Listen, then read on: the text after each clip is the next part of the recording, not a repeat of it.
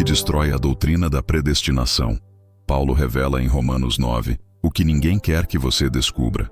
Existe um versículo em Romanos 9 que é usado para justificar uma das doutrinas mais controversas do cristianismo: a predestinação individual.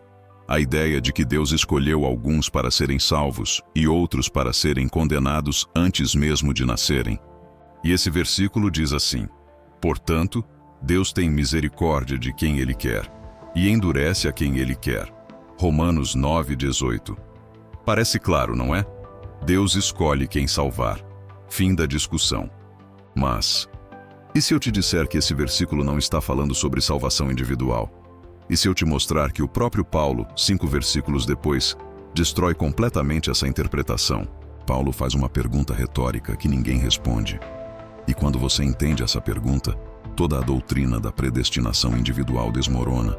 Fica comigo até o final, porque eu vou te mostrar o versículo exato em que Paulo revela sobre o que ele realmente estava falando. Por que Romanos 9 existe? Antes de entrarmos em Romanos 9, você precisa entender o contexto. Paulo não está escrevendo um tratado sobre predestinação. Ele está respondendo a uma pergunta urgente, desesperada, que os judeus cristãos estavam fazendo. Se Jesus é o Messias, por que a maioria de Israel o rejeitou? Deus falhou? Essa é a crise de Romanos 9:11. Não é um debate filosófico sobre livre-arbítrio versus soberania. É uma crise de identidade. Se Deus prometeu salvar Israel, mas Israel rejeitou o Messias, as promessas de Deus falharam. Se os judeus foram o povo escolhido, por que agora os gentios estão entrando na igreja? Deus mudou de ideia? Ele é infiel? O erro fatal de interpretação. Aqui está o problema.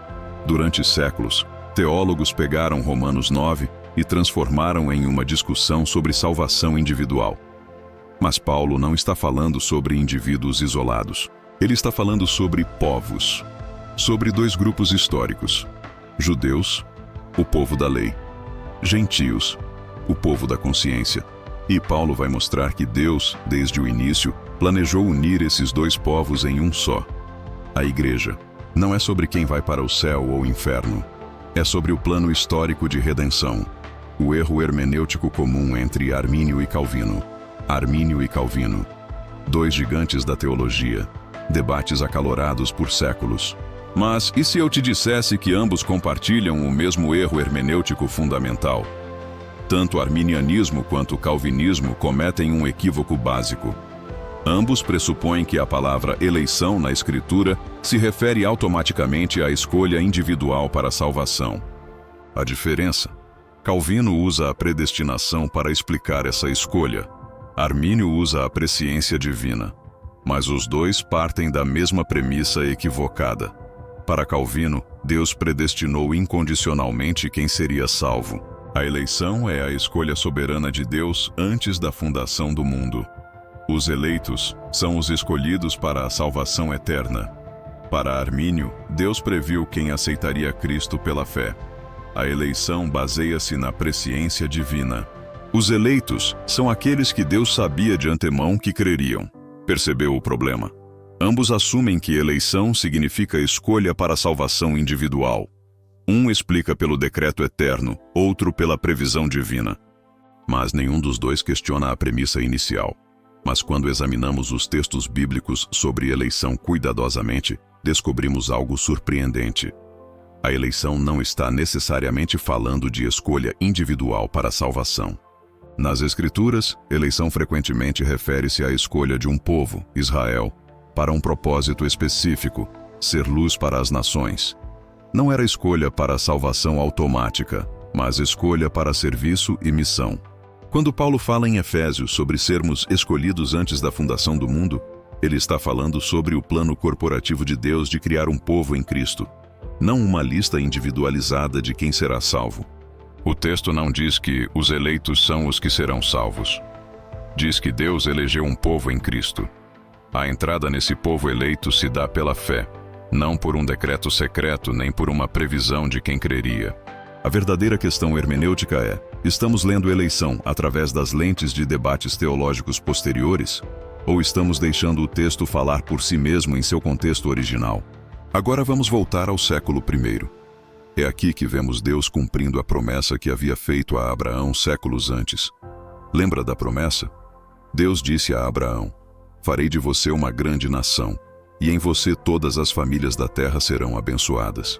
Duas partes, um povo terreno específico e uma bênção universal para todas as nações. A primeira parte se cumpriu. Abraão teve descendência, Israel se tornou uma nação. O povo terreno de Deus estava estabelecido.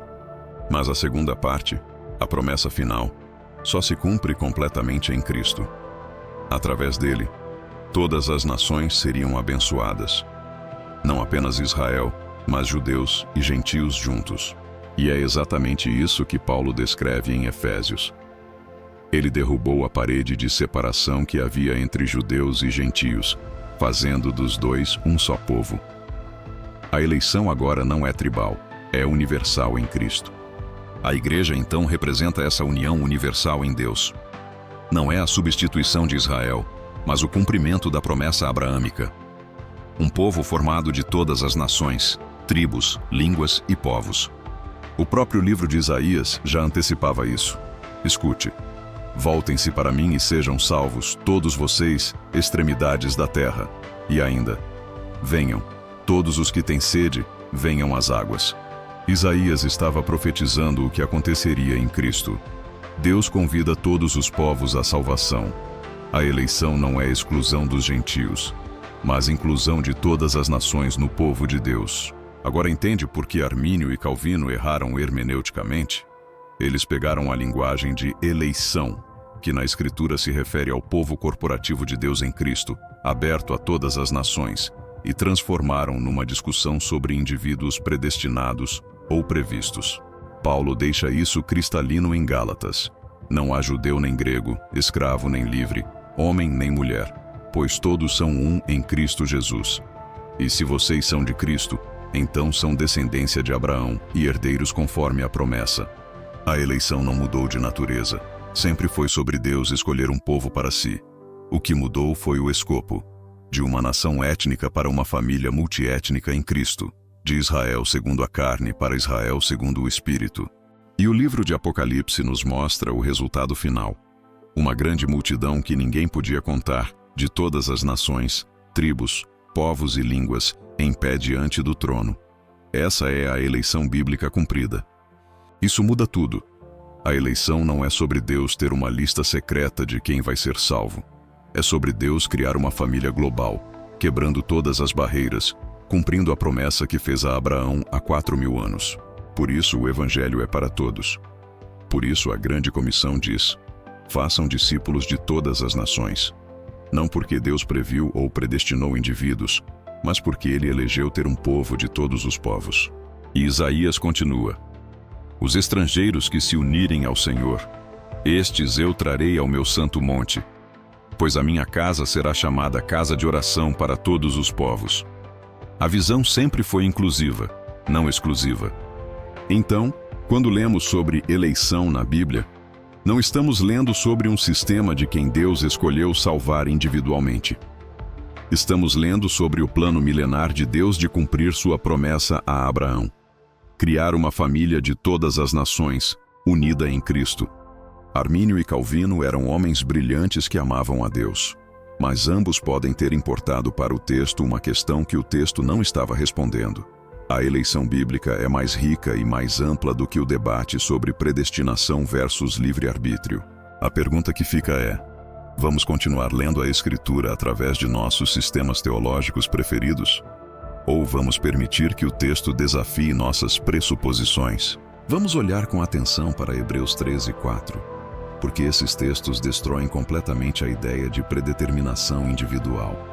Hebreus 3:5 começa dizendo: e na verdade Moisés foi fiel em toda a sua casa como servo, para testemunho das coisas que se haviam de anunciar. Depois, no versículos 7 e 8, vem o aviso do Espírito Santo. Portanto, como diz o Espírito Santo, se ouvirdes hoje a sua voz, não endureçais os vossos corações. E continua mostrando o que aconteceu com aquela geração. Como na provocação, no dia da tentação no deserto, onde vossos pais me tentaram, me provaram. Aí vem o versículo 10. Por isso me indignei contra esta geração e disse: estes sempre erram em seu coração e não conheceram os meus caminhos. E o versículo 11 traz o juramento de Deus. Assim jurei na minha ira que não entrarão no meu repouso. Agora presta atenção nisso. Essa geração era o povo eleito de Deus, Israel, os escolhidos. Mas por causa da desobediência, por causa da incredulidade, eles não entraram no repouso que Deus tinha preparado para eles. Agora vamos para Hebreus 4:3, e aqui está a chave de tudo. Porque nós, os que temos crido, entramos no repouso, tal como disse: assim jurei na minha ira que não entrarão no meu repouso, embora as suas obras estivessem acabadas desde a fundação do mundo. Você entendeu o que esse texto está dizendo? Presta atenção. Embora as suas obras estivessem acabadas desde a fundação do mundo. Isso significa que a obra de Deus estava pronta. O repouso estava preparado. O projeto estava estabelecido desde a fundação do mundo. Deus já tinha feito tudo. A predestinação do plano estava completa. Mas, embora a obra estivesse acabada desde a fundação do mundo, eles não entraram. Por quê? Pela desobediência, pela incredulidade. Aqui está a distinção crucial entre predestinação e predeterminação. A obra estava predestinada. O repouso estava preparado desde a fundação do mundo. O projeto de Deus estava estabelecido. Mas isso não predeterminou que aqueles indivíduos específicos entrariam. O texto não poderia ser mais claro. As obras estavam acabadas desde a fundação do mundo. Mas eles não entraram por causa da desobediência. Se a predestinação fosse predeterminação individual, como o calvinismo ensina, esse texto não faria sentido. Se Deus tivesse predeterminado quem entraria no repouso, então ninguém poderia ficar de fora pela desobediência. Mas o texto diz exatamente o contrário. A obra estava pronta. O plano estava estabelecido desde a fundação do mundo. E mesmo assim, eles não entraram. Por quê? Porque a predestinação é do projeto, não dos indivíduos. Deus predestinou ter um povo que entraria no repouso. E isso estava estabelecido desde a fundação do mundo. Mas quem entra nesse povo? Hebreus 4:3 responde: nós, os que temos crido. Não diz nós, os que fomos predeterminados a crer. Não diz nós, os que Deus escolheu incondicionalmente. Diz, os que temos crido. A fé é a condição de entrada. E olha só, a geração do deserto tinha a mesma oportunidade. Hebreus 4:2 deixa isso claro. Porque também a nós foram pregadas as boas novas, como a eles. Mas a palavra da pregação nada lhes aproveitou, porquanto não estava misturada com a fé naqueles que a ouviram. A palavra foi pregada a todos. A promessa era para todos. As obras estavam acabadas desde a fundação do mundo para todos, mas só aproveitou aqueles que misturaram a palavra com fé. Então veja o argumento completo. Deus tinha um projeto predestinado desde a fundação do mundo. As obras estavam acabadas. O repouso estava preparado. Isso é predestinação do plano. Mas embora a obra estivesse pronta desde a fundação do mundo, aquela geração não entrou. Por quê? Pela desobediência, pela incredulidade. Porque a predestinação do projeto não garante a entrada automática de indivíduos. A entrada depende de fé. Depende de obediência. Depende de não endurecer o coração quando ouve a voz de Deus. E é por isso que Hebreus 3:8 adverte: se ouvirdes hoje a sua voz, não endureçais os vossos corações. Esse aviso só faz sentido se a predestinação não for predeterminação. Se Deus já tivesse predeterminado quem vai endurecer e quem não vai endurecer o coração, por que avisar? A verdade é esta: Deus predestinou o projeto. As obras estavam acabadas desde a fundação do mundo. Mas a participação nesse projeto predestinado depende de crer, depende de obedecer, depende de não endurecer o coração. Israel era o povo eleito. O repouso estava preparado para eles desde a fundação do mundo. Mas aquela geração específica não entrou. O projeto continuou, mas os indivíduos desobedientes ficaram de fora. Isso é predestinação sem predeterminação. O plano está estabelecido. A obra está pronta. Mas a entrada é pela fé. E quem não crer, mesmo sendo parte do povo eleito, fica de fora. Hebreus 4:3 destrói tanto o calvinismo quanto o arminianismo. Destrói o calvinismo porque mostra que a obra estar pronta desde a fundação do mundo não garante a entrada de indivíduos predeterminados. Destrói o arminianismo porque não fala de presciência divina determinando eleição, mas de fé respondendo à promessa. O texto fala de outra coisa: um projeto predestinado, uma promessa universal e uma condição de entrada pela fé. Simples assim. Embora as obras estivessem acabadas desde a fundação do mundo, eles não entraram pela desobediência. Gentios. Condenados pela consciência. Paulo começa Romanos explicando que todos estão condenados. Primeiro, os gentios. Eles não tinham a lei de Moisés, mas tinham a consciência. E Paulo diz: quando os gentios que não têm a lei fazem naturalmente as coisas que são da lei, são lei para si mesmos, mostram a obra da lei escrita em seus corações, testemunhando-lhes também a consciência. Romanos 2:14-15. Tradução: se um gentio tivesse obedecido perfeitamente à consciência, seria salvo pela consciência. Mas nenhum gentio fez isso. Todos pecaram. Todos estão condenados. Judeus, condenados pela lei. Agora Paulo vira para os judeus e diz: mas se tu és chamado judeu e repousas na lei, tu, pois, que ensinas a outro, não te ensinas a ti mesmo? Romanos 2:17-21.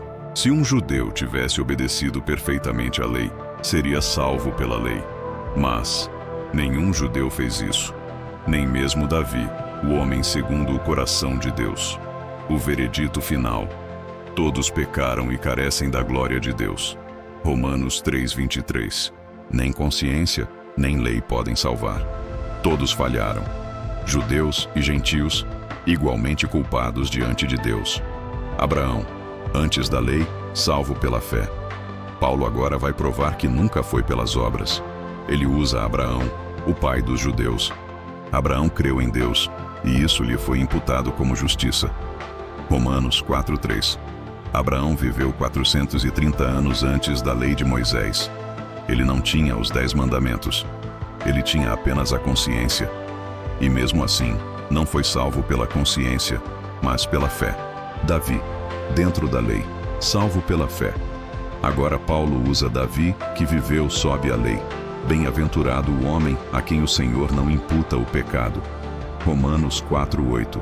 Davi tinha a lei, mas ele mesmo confessou: não é pelas obras da lei que sou salvo, mas pela misericórdia de Deus. A conclusão devastadora.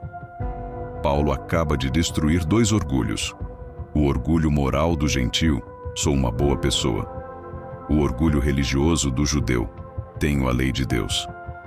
Nem o melhor patriarca, nem o maior rei foram salvos por desempenho. Foram salvos pela fé. Adão versus Cristo, a batalha dos representantes. Agora Paulo explica como a salvação funciona. E ele usa uma ilustração que todo judeu entendia: representação. Pensa em Davi e Golias. 2 exércitos, cada um escolhe um representante. O que acontece com o representante, acontece com todo o exército. Se Davi vence, Israel vence. Se Golias vence, os filisteus vencem. Paulo diz: a humanidade teve um representante chamado Adão, e Adão perdeu. Pelo pecado de um só, morreram muitos. Romanos 5:15. Mas aqui está a pergunta: se é justo que todos sejamos condenados por causa de Adão, não é justo que Deus forneça outro representante? E Deus forneceu: Jesus Cristo. Assim como por uma só ofensa veio o juízo sobre todos os homens para condenação, assim também por um só ato de justiça veio a graça sobre todos os homens para justificação de vida. Romanos 5:18. Jesus cumpriu tanto a consciência quanto a lei. Ele foi o único homem que obedeceu perfeitamente à consciência, nunca pecou em pensamento. Obedeceu perfeitamente à lei, cumpriu todos os 613 mandamentos. E agora, pela fé nele, judeus e gentios podem ser salvos. A pergunta que muda tudo. Agora chegamos ao capítulo mais controverso, e eu vou te mostrar o versículo que ninguém cita. o versículo que Paulo usa para destruir a interpretação calvinista. Romanos 9 começa com Paulo em angústia. Ele diz: "Tenho grande tristeza e contínua dor no meu coração, porque eu mesmo poderia desejar ser anátema de Cristo, por amor de meus irmãos, que são meus parentes segundo a carne, que são israelitas." Romanos 9, 2, 4. Paulo está com o coração partido porque Israel rejeitou Jesus. E então ele explica: Deus sempre trabalhou com eleição. Não eleição individual para salvação, mas eleição de povos para propósitos históricos. Jacó e Esaú. Não é sobre salvação. Paulo usa o exemplo de Jacó e Esaú. Não dependeu de quem quer, nem de quem corre, mas de Deus que usa de misericórdia. Romanos 9,16. Espera. Paulo está dizendo que Deus escolheu Jacó antes dele nascer e rejeitou Esaú? Então é predestinação individual? Não. Presta atenção. Jacó, Ida, Israel, o povo judeu. Esaú, Ida, Edom, os gentios. Paulo não está falando sobre dois indivíduos indo para céu ou inferno. Ele está falando sobre dois povos que Deus usou no plano de redenção: o oleiro e o barro.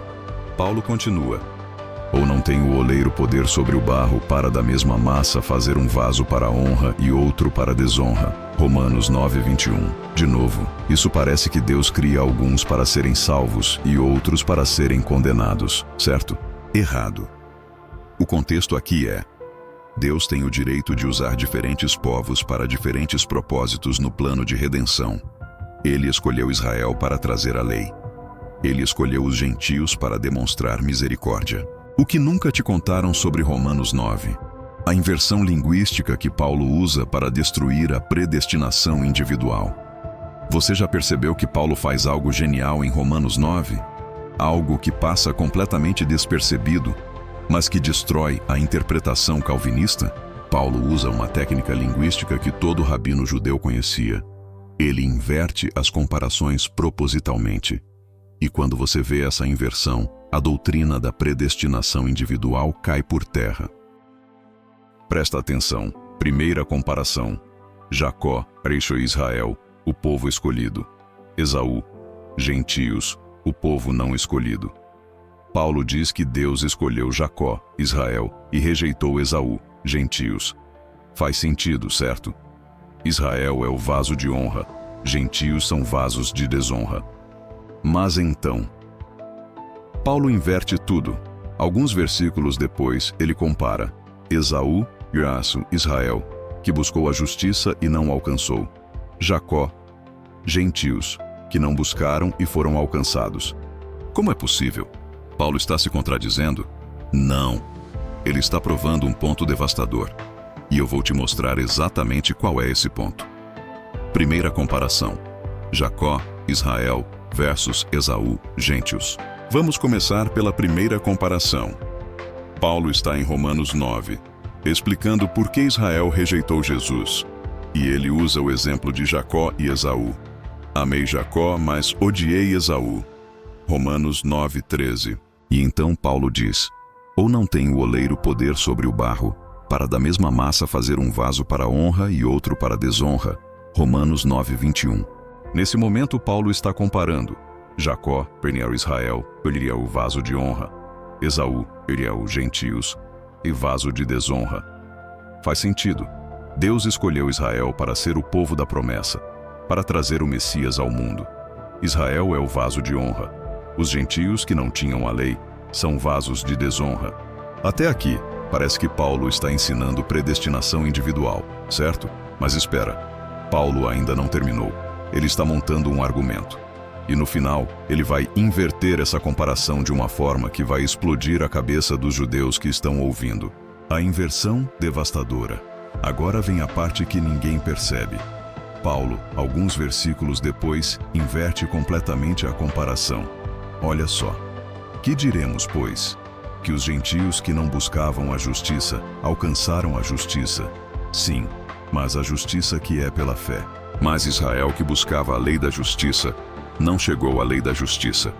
Romanos 9:30, 31. Espera. O que Paulo acabou de fazer? Ele inverteu as posições. Agora, gentios que eram Esaú. Alcançaram a justiça, vaso de honra, Israel, que era Jacó. Não alcançaram, vaso de desonra. Paulo está dizendo que os gentios, que eram comparados com Esaú, o rejeitado, agora são comparados com Jacó, o escolhido. E Israel, que era comparado com Jacó, o escolhido, agora é comparado com Esaú, o rejeitado. Por quê? Porque Israel buscou a justiça pelas obras da lei e não pela fé. Enquanto os gentios, que nem buscavam, foram alcançados pela graça através da fé. O que essa inversão prova? Essa inversão linguística de Paulo destrói completamente a ideia de predestinação individual. Vou te mostrar por quê. Se fosse predestinação individual, Paulo não poderia inverter as comparações. Se Deus tivesse escolhido Jacó para salvação eterna e rejeitado Esaú para condenação eterna, então Jacó sempre seria vaso de honra e Esaú sempre seria vaso de desonra. Não há como inverter. Mas Paulo inverte. Por quê? Porque ele não está falando de indivíduos. Ele está falando de povos e seus papéis na história da redenção. Jacó e Esaú representam dois povos. Jacó, Ers, Israel, escolhido para trazer a lei e o Messias. Esaú, Ers, gentios, não tinham a lei. Mas quando Israel rejeitou o Messias e os gentios aceitaram pela fé, os papéis se inverteram. Os gentios, que eram Esaú, agora são Jacó, o escolhido pela fé. Israel, que era Jacó, agora é Esaú, o que rejeitou. O critério nunca foi predestinação arbitrária. O critério sempre foi fé versus obras. Quem busca justiça pelas obras, seja judeu ou gentil, é rejeitado. Quem aceita a justiça pela fé, seja judeu ou gentil, é aceito. Conclusão devastadora. Então, o que Paulo está realmente dizendo em Romanos 9? Ele está explicando que Deus sempre planejou unir judeus e gentios em um só povo, a igreja, e que a eleição nunca foi baseada em nascimento, raça ou decreto arbitrário. Foi baseada em fé. A inversão linguística que Paulo usa prova isso. Primeiro, ele compara Jacó com Israel e Esaú com gentios. Depois, ele inverte.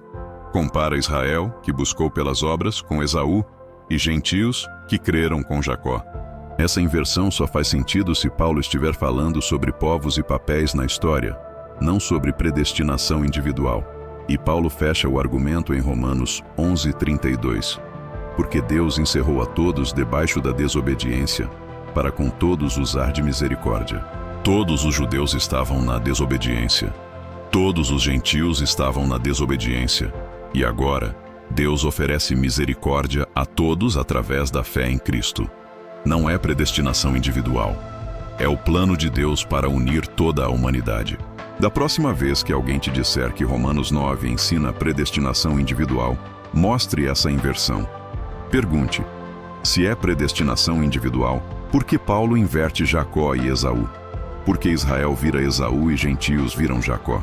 A resposta é clara. Porque não é sobre indivíduos, é sobre povos. E o critério sempre foi fé, não decreto. O versículo que ninguém cita.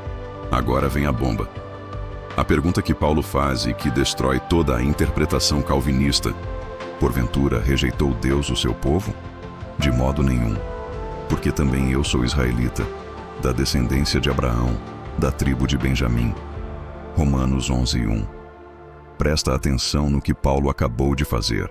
Se Romanos 9 estivesse falando sobre predestinação individual, Paulo estaria dizendo: Deus rejeitou os judeus individualmente. Mas Paulo responde: impossível. Eu sou judeu e eu estou salvo. Paulo está provando que Romanos 9 não é sobre salvação individual. É sobre o plano histórico de Deus unir judeus e gentios em um só povo, a igreja. Um novo povo. Então, o que Romanos 9:11 está realmente dizendo? Paulo está explicando que Deus sempre planejou criar um novo povo, não mais dividido entre judeu e gentio, não mais separado por lei ou consciência, mas unidos pela fé em Cristo. Porque não há diferença entre judeu e grego. Porque um mesmo é o Senhor de todos, rico para com todos os que o invocam. Romanos 10:12. Deus não rejeitou Israel. Deus não escolheu indivíduos para condenação. Deus criou a igreja, um povo formado por todos que creem, sejam judeus ou gentios. E quanto à salvação, dentro da igreja existe eleição. Sim, mas não eleição arbitrária. Paulo deixa claro: todo aquele que invocar o nome do Senhor será salvo. Romanos 10:13. A eleição é pela fé. Quem crê é eleito. Quem rejeita se condena, não porque Deus predestinou sua condenação, mas porque escolheu rejeitar o único caminho de salvação. Romanos 9 não ensina que Deus escolhe alguns para o céu e outros para o inferno. Ensina que Deus uniu judeus e gentios em um só povo. E nesse povo, todos os que creem são salvos. Todos os que rejeitam são perdidos. Não por decreto divino, mas por escolha pessoal. A próxima vez que alguém te disser que Deus já decidiu seu destino antes de você nascer, mostre Romanos 11:1. E pergunte: se Paulo, um judeu, foi salvo mesmo sendo do povo rejeitado, como pode ser predestinação individual? A verdade está em Romanos. Basta ler com atenção. E agora, depois de tudo que vimos, eu quero fazer uma pergunta para você. O que você vai fazer com essa informação? Vai continuar aceitando interpretações prontas? Ou vai examinar as Escrituras por si mesmo? Paulo não estava discutindo filosofia abstrata. Ele estava respondendo a uma crise real. Como Deus pode ser fiel se Israel rejeitou o Messias? E a resposta dele foi clara. Deus sempre planejou unir todos os povos em Cristo. A eleição nunca foi sobre escolher alguns indivíduos para a salvação e outros para a condenação. Foi sobre escolher um povo, primeiro Israel, depois a igreja, para ser luz para todas as nações. E dentro desse povo, a porta está aberta para todos. Todo aquele que invocar o nome do Senhor será salvo. Não há exceções. Não há lista secreta. Não há destinos selados antes do nascimento. Há apenas uma promessa: creia no Senhor Jesus Cristo e será salvo. Simples assim. Isso não diminui a soberania de Deus. Isso não torna a salvação dependente de mérito humano. Isso apenas reconhece o que a Escritura sempre ensinou. Deus planejou a salvação. Cristo realizou a salvação. E a fé é o meio pelo qual recebemos a salvação. Hebreus 4:3 nos mostrou que as obras estavam acabadas desde a fundação do mundo. Mas a entrada depende de fé. Romanos 9:11 nos mostrou que a eleição é de povos, não de indivíduos para a salvação ou condenação.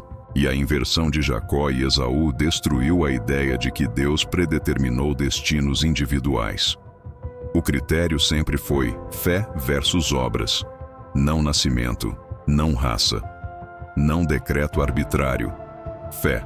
Então, quando você ler Romanos 9:18, portanto, Deus tem misericórdia de quem Ele quer e endurece a quem Ele quer. Lembre-se do contexto. Paulo está falando sobre povos, sobre o plano histórico de redenção, sobre como Deus usou Israel para trazer a lei e o Messias, e sobre como Deus agora está usando a igreja para levar o evangelho a todas as nações. Isso não é sobre você estar predestinado para o céu ou inferno antes de nascer. Isso é sobre Deus ter um plano maior que inclui todos os que creem. E Paulo prova isso em Romanos 11:1 quando diz: eu sou judeu e estou salvo. Portanto, Deus não rejeitou o seu povo. Se fosse predestinação individual, Paulo não poderia usar esse argumento. Ele estaria dizendo: bem, eu fui um dos sortudos escolhidos. Mas não é isso que ele diz. Ele diz: a porta está aberta para judeus e gentios. A obra está completa. O convite está feito. A promessa está disponível. Agora cabe a cada pessoa responder com fé. Não é complicado. Não requer graus avançados em teologia. Requer apenas fé simples no que Deus fez através de Cristo. E essa fé está disponível para todos. Não para alguns eleitos secretos. Não para aqueles que foram previstos como crentes. Mas para todos que invocarem o nome do Senhor. Essa é a mensagem de Romanos. Essa é a verdade que liberta. Essa é a razão pela qual Paulo podia dizer com confiança: não me envergonho do Evangelho, porque é o poder de Deus para a salvação de todo aquele que crê. Todo aquele, não alguns, não os predestinados, não os previstos. Todo aquele que crê. Se você ainda tem dúvidas, volte aos textos. Leia Romanos 9:11 de uma vez. Veja o contexto. Veja a pergunta que Paulo está respondendo. Veja a inversão que ele faz. Veja a conclusão em Romanos 11:32. Deus encerrou a todos debaixo da desobediência, para com todos usar de misericórdia. Todos estavam perdidos. Todos podem ser salvos. Através da fé em Cristo. Essa é a verdade simples e poderosa do Evangelho. E é por isso que eu digo: Romanos 9 não ensina predestinação individual. Ensina o plano soberano de Deus de unir toda a humanidade, judeus e gentios, em um só povo através da fé em Jesus Cristo. Não deixe que ninguém te convença do contrário. Não deixe que tradições teológicas obscureçam a clareza da Escritura. Leia por si mesmo. Examine os textos. Veja o contexto. E descubra a verdade libertadora. Deus te ama. Cristo morreu por você. E a salvação está disponível para você através da fé. Agora. Hoje. Sem condições escondidas. Sem destinos selados. Apenas fé. E se você já é salvo, isso deve mudar completamente como você vê a evangelização. Você não está procurando os eleitos. Você está oferecendo salvação a todos, porque todo aquele que invocar o nome do Senhor será salvo. Essa é a mensagem que o mundo precisa ouvir. Não teologia complicada sobre decretos eternos, mas a mensagem simples e poderosa. Deus te ama. Cristo pagou o preço. Creia e seja salvo. Esse é o evangelho que Paulo pregou. Esse é o evangelho que mudou o mundo. E esse é o evangelho que ainda tem poder para salvar hoje. Não porque Deus escolheu alguns e rejeitou outros, mas porque Deus amou o mundo de tal maneira que deu seu Filho unigênito, para que todo aquele que nele crê não pereça, mas tenha a vida eterna. Todo aquele, isso inclui você. Isso inclui aquela pessoa que você acha que nunca vai se converter. Isso inclui o pior pecador que você conhece. Porque a promessa não é para os predestinados. A promessa é para todos os que creem. E essa é a verdade que Romanos 9 revela. Quando você entende o contexto, quando você vê a inversão, quando você lê até Romanos 11:1. Então fica claro, não é sobre predestinação individual, é sobre o plano de Deus de salvar pessoas de todas as nações. Através da fé, não através de decreto, não através de previsão, através da fé em Jesus Cristo. Essa é a mensagem, essa é a verdade. Essa é a esperança para todos que creem. E agora que você sabe disso, o que você vai fazer? Vai ficar preso em debates teológicos intermináveis? Ou vai sair e compartilhar a boa notícia? A salvação está disponível para todos. A escolha não é sua. E essa escolha faz toda a diferença, porque quando você entende que todo aquele que invocar o nome do Senhor será salvo, você para de se preocupar se alguém está ou não na lista de eleitos. E você simplesmente oferece Cristo a todos, com confiança, com ousadia, sabendo que a promessa é verdadeira. Para todos que creem, esse é o poder do Evangelho, esse é o coração de Deus, e essa é a verdade que Romanos 9 revela, quando você lê com os olhos abertos. Então vá, leia novamente, examine cuidadosamente, e descubra por si mesmo. Paulo não está ensinando predestinação individual em Romanos 9. Ele está revelando o plano glorioso de Deus de criar um povo de todas as nações, unidos pela fé, salvos pela graça, através de Cristo. Essa é a verdade, essa é a esperança, e essa é a mensagem que o mundo precisa ouvir. Não fique em silêncio, compartilhe essa verdade, porque há pessoas que estão desesperadas, achando que Deus já decidiu o destino delas antes mesmo de nascerem. E elas precisam saber: todo aquele que invocar o nome do Senhor será salvo. Todo aquele, incluindo você, incluindo elas, sem exceção.